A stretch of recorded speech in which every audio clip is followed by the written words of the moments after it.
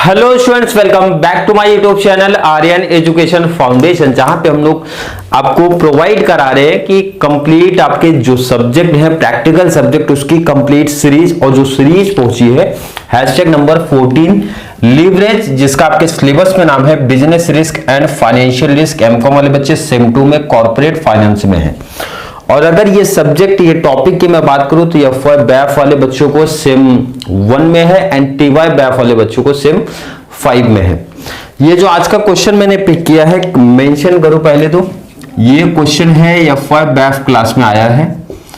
FY BAIF same 1 कौन से batch की, अगर कौन से ईयर की बात करूं 2016 का।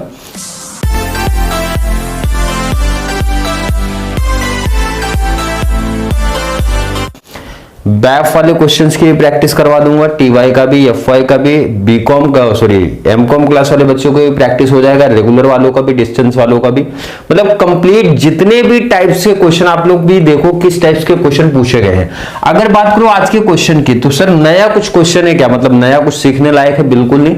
मेरा सजेशन है पहले क्वेश्चन जब मैं स्क्रीन पे ऐड करूंगा तो कुछ बच्चे जिन्होंने ऑलरेडी प्रीवियस लेक्चर्स बहुत अच्छे तरीके से देखा है, पहले आप लोग प्रैक्टिस करो, उसके बाद आप आंसर चेक कर लेना साथ में, मतलब देख लेना कि आपने जो भी, क्योंकि सिंपल सा अब एक आइडिया तो आपको चल गया होगा कि अब तक हम लोग इनकम स्टेटमेंट रेडी कर रहे हैं, फिर ये फॉर्मूला अप्लाई करके वहां पे वैल्यू पुट अप कर रहे हैं, यही काम हम लोग कर रहे हैं। तो पहले क्वेश्चन आपको स्क्रीन पे ऐड करवा देता हूं।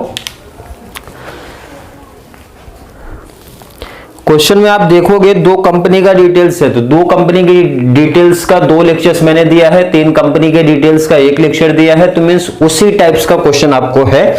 तो वीडियो को रोक के पहले क्वेश्चंस की आपको प्रैक्टिस कर लेना है, उसके बाद आगे बढ़ना है आपको। तो चलिए, आई होप कुछ बच्चों ने जरूर ट्राई किया होगा, नहीं किया तो यहां पे देखते हैं। 2 कंपनी का डिटेल है, पहले नंबर ऑफ यूनिट्स सोल्ड दिया है, तो नंबर ऑफ यूनिट्स कितना है 60 एंड 70। जब इस टाइप्स के क्वेश्चन आते हैं पहले तो आप यूनिट मेंशन कर दो, कितने यूनिट्स, अगर मैं बात करूं 60 एंड 70 तो आप यहां पे लिख दो, ये आपका 60,000 यूनिट और ये आपका 70,000। क्लियर है? और जब मैंने आपसे बताया था कि यूनिट्स का डिटेल रहता है ना, तो ये टेबल थोड़ा सा एक और ऐड कर लो, आप एक छोटा सा टेबल आप और ऐड करो। क्लियर है?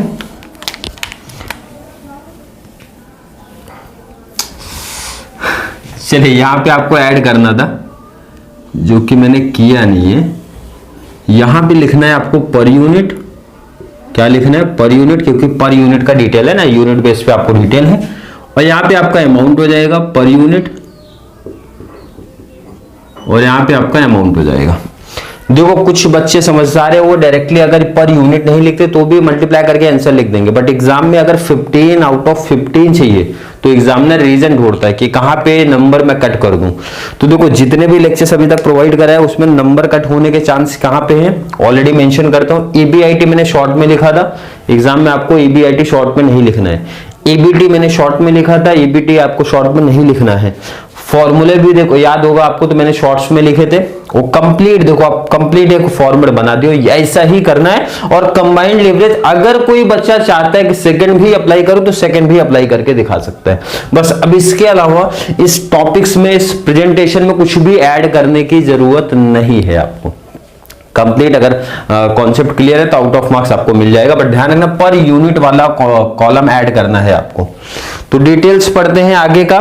Selling price per unit 30 and 40 per unit है, सेलिंग प्राइस का सेल से रिलेशन ही रहेगा ना, 30 इसका है 40। नेक्स्ट बात किया जाए variable cost per, variable cost यहां पे दिख रहे हैं, मेंशन करो आप। क्लियर है? आगे का डिटेल्स पढ़ते हैं। फिक्स कॉस्ट दिया है 2 एंड 3, फिक्स कॉस्ट आपका कहां पे, यहां पे 2 एंड 3। क्लियर है? पहले जो डिटेल्स है वो फिलअप कर रहे हैं।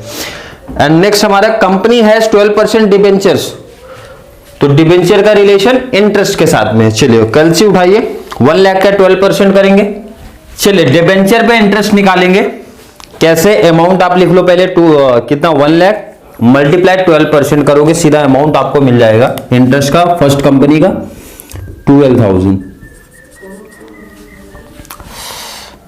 12,000। क्लियर है।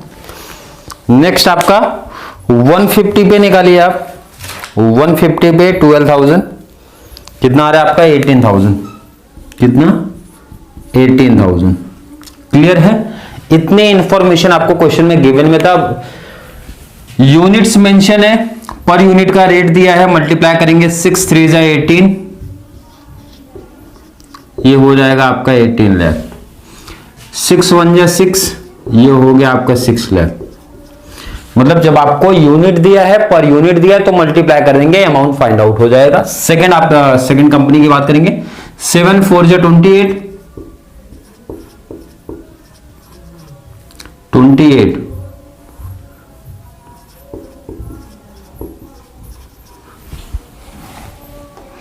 ये आपका 840, कैलसी से मल्टीप्लाई करके आप लोग वेरीफाई करो, यही आ रहा है।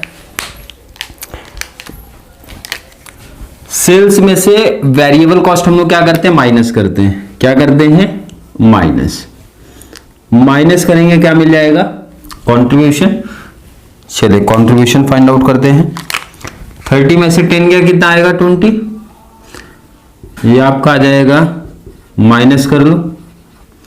40 में से 12 माइनस करेंगे 28, और 28 में से 840 माइनस करोगे आप 1960 आएगा।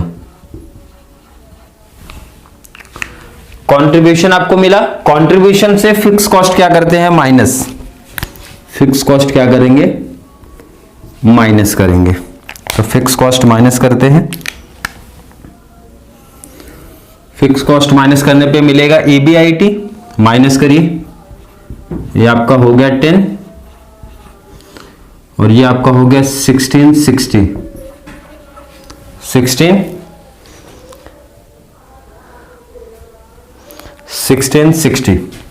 इंटरेस्ट क्या होगा, माइनस होगा।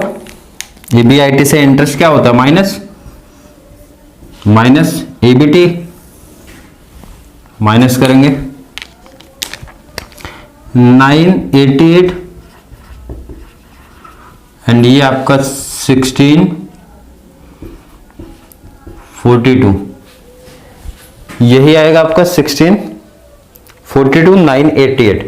इनकम स्टेटमेंट अगर हमारा रेडी हो गया तो मेन कॉन्सेप्ट जो था, मेन प्रॉब्लम था जो क्वेश्चन का, हो गया कंप्लीट। फॉर्मूला तो आप लोग को याद होगा अब तक। ऑपरेटिंग लीवरेज, कंट्रीब्यूशन अपॉन में EBIT। कंट्रीब्यूशन कितना, अगर फर्स्ट की बात किया जाए, मेंशन करिए आप यहां पे, अपॉन में EBIT। फर्स्ट कंपनी के लिए कितना है आपका EBIT, मेंशन करो। सेकेंड कंपनी की अगर बात किया जाए, कंट्रीब्यूशन कितना है, मेंशन करिए 1960 डिवाइड बाय EBIT सेकेंड का 1660। चलिए डिवाइड करिए, पहला 1.2 आना चाहिए, 1.2 टाइम्स, एंड ये आपका 1.18 टाइम्स। कैलसी से आप लोग डिवाइड करके आंसर चेक करेंगे। फाइनेंशियल लीवरेज का फॉर्मूला EBIT अपॉन में EBT। EBIT कितना है आपका, यहां ऑलरेडी मेंशन किया आपने, डिवाइड बाय EBT कितना है 988,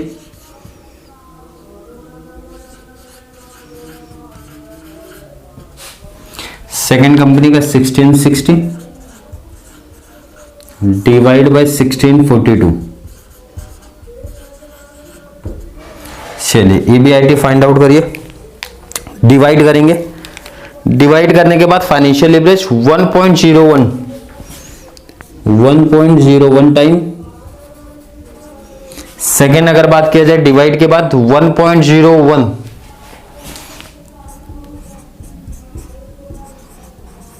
टाइम्स, यही आ रहा है आपका। लास्ट आपका combined leverage, operating multiply financial. Operating कितना है आपका 1.2 मल्टीप्लाई फाइनेंशियल 1.01। सेकेंड कंपनी की बात किया जाए 1.18 मल्टीप्लाई 1.01 कैलसी उठाइए, मल्टीप्लाई करते हैं। फर्स्ट अगर कंपनी की बात किया जाए 1.21 टाइम्स, सेकेंड आपका 1.19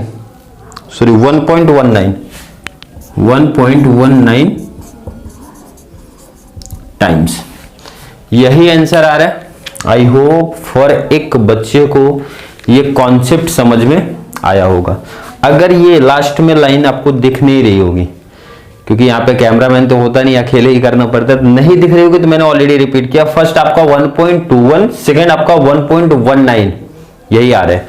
एंड सेकेंड मेरा सजेशन रहेगा, कंबाइंड लीवरेज का जो आपका सेकेंड फॉर्मूला था वो भी एग्जाम में आप लोग अप्लाई करो, जिससे आंसर एक क्लियर और हो जाएगा कि मतलब राइट आ रहा है कि नहीं। कंबाइंड लीवरेज का क्लियर कॉन्सेप्ट है, आई होप हर एक बच्चे का है। आप लोग लेवल देखते रहो। एफ5 बैफ क्लास का सेम 1 का क्वेश्चन लेके आ गया हूं 2016 का।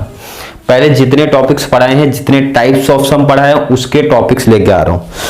ये हैशटैग कितना 14 है, 20 होने के बाद सेकंड कोई यूनिट आप लोग का चलेगा। जो बच्चे अभी से डिमांड करने लगे सर कौन कौन सा यूनिट आप कवर करा रहे हो, कौन कौन से टॉपिक्स कवर कराने वाले हो, तो कंप्लीट कॉन्सेप्ट कवर करा के दिया जाएगा। चाहे उसके ऑप्शनल में भी आएगा तो भी करा के दिया जाएगा।